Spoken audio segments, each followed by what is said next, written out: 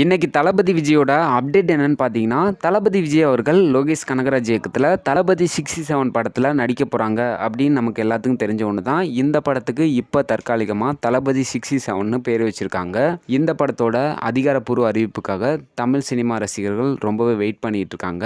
அடுத்த மாதம் இந்த படத்துக்கான அதிகாரப்பூர்வ அறிவிப்பு வெளியாக வாய்ப்பு இருப்பதாகவும் சொல்லப்படுது. இந்த சூழ்நிலையில் தளபதி 67 படத்தில் நடிக்கக்கூடிய நடிகர் நடிகைகள் குறித்த தகவல் சில மாதங்களாகவே இணையத்தில் சொல்லிட்டு இருக்காங்க. அந்த வகையில் நடிகரும் இயக்குனருமான மிஸ்கின் அவர்கள் தளபதி 67 படத்தில் ஒரு முக்கிய கதாபாத்திரத்தில் நடிக்கிறதா இருந்திருக்கு.